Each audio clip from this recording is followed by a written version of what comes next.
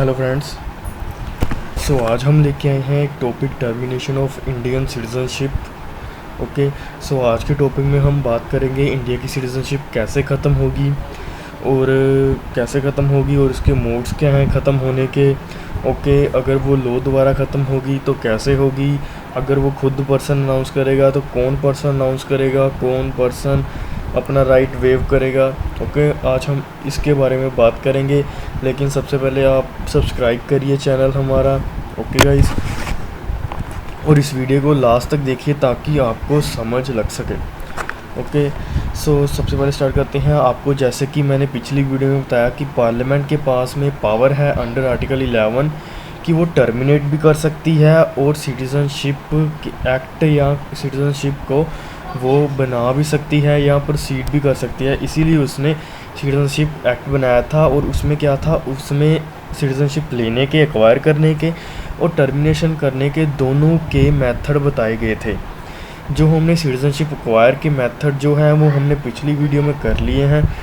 अगर आपने वो वीडियो नहीं देखी आप पहले जाकर वो वीडियो देखिए, फिर आप टर्मिनेशन को अच्छे से समझ पाएंगे गाइस।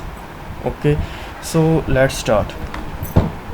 हमारा फर्स्ट जो है वो मीडियम है बाय रिनाउंसिएशन।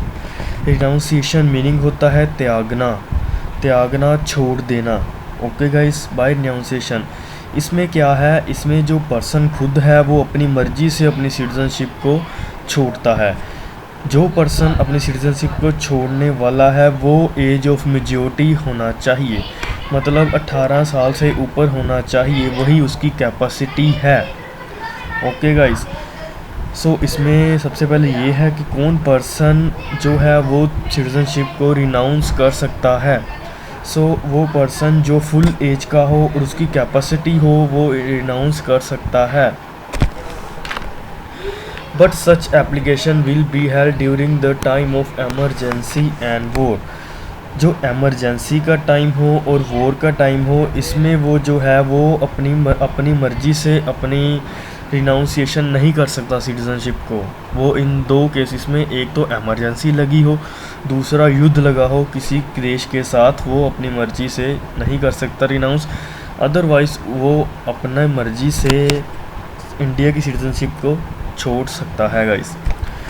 इसमें क्या है, इसमें अगर कोई मैरिड कपल है, अगर कोई मैरिड कपल है, अगर वो अपनी मर्ज़ी से अपनी सिटीज़नशिप के राइट को त्याग रहा है तो उसके जो बच्चे होंगे वो भी इंडियन के सिटीज़नशिप नहीं रहेंगे, वो भी सीज़ हो जाएंगे इंडिया की सिटीज़नशिप से, वो भी इंडिया की सिटीज़न नहीं रहेंगे। Unless 1 year after attaining the majority, the child applies via registration for certificate, citizenship shall continue to be citizenship। इसमें कहा गया है, मैंने जैसे बात की कि अगर किसी मैरिड कपल ने इंडिया की सिटीज़नशिप सीज़ कर ली है तो उसका जो बच्चा है वो भी इंडिया का सिटीज़न नहीं रहेगा।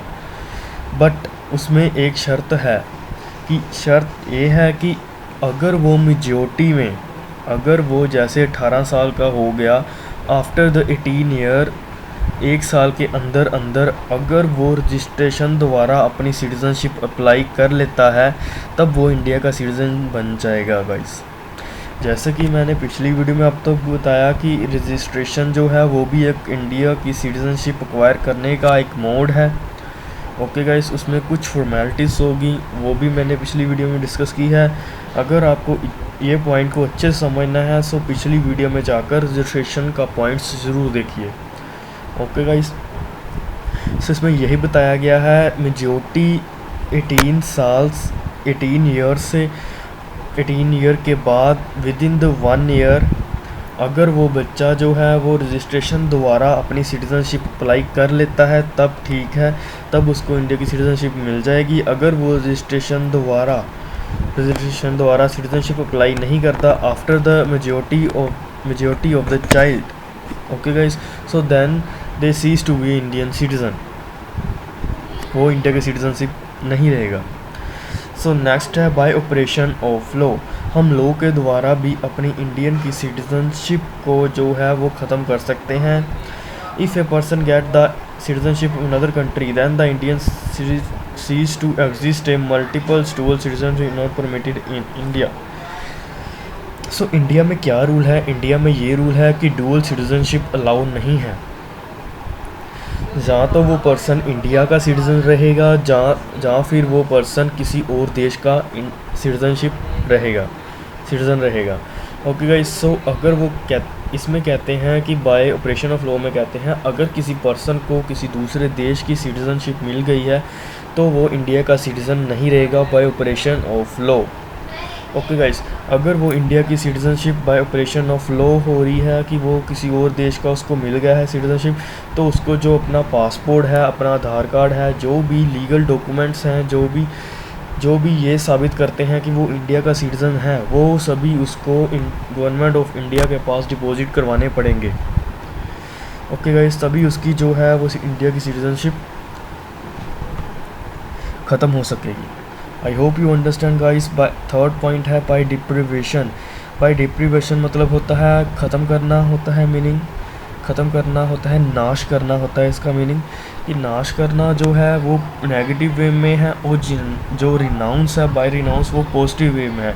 रिनाउंस कैसे पॉजिटिव में है कि वो अपनी पर्सन जो है अपनी मर्ज़ी से त्याग रहा है। बाय डिप्रीवेशन है उसकी जो है वो राइट ख़त्म किया जा रहा है बाय द लॉ। ओके, इसमें क्या है, अगर कोई पर्सन फ्रॉडेंटली इंडिया में आ रहा है, इलीगल इंडिया में आ रहा है, तो क्या है, गवर्नमेंट ऑफ इंडिया के पास पावर है कि उसकी जो सिटीज़नशिप है वो ख़त्म कर सकती है, उसकी सिटीज़नशिप ख़त्म की जाती है। ये पार्लियामेंट के पास पावर्स हैं और उसने ये पावर्स का यूज़ करके ये बाय टर्मिनेशन के ये 3 मोड्स दिए हैं under the citizenship act 1955। Okay guys, so बस आई होप ये 3 मोड्स आपको समझ लग गए होंगे। By renunciation, by operation of law, by deprivation कैसे इंडिया की सिटीज़नशिप ख़त्म होती है। So please like, subscribe our channel. If you have any question go to the comment section, I will definitely answer your question. Okay, so I hope you understand guys. Thanks for watching the video. अब comment में जाइए, comment करिए। अगर आपको लगता है किसी और टॉपिक पे भी वीडियो बननी चाहिए तो अब उसको कमेंट करिए। Thanks for watching the video. Thank you so much.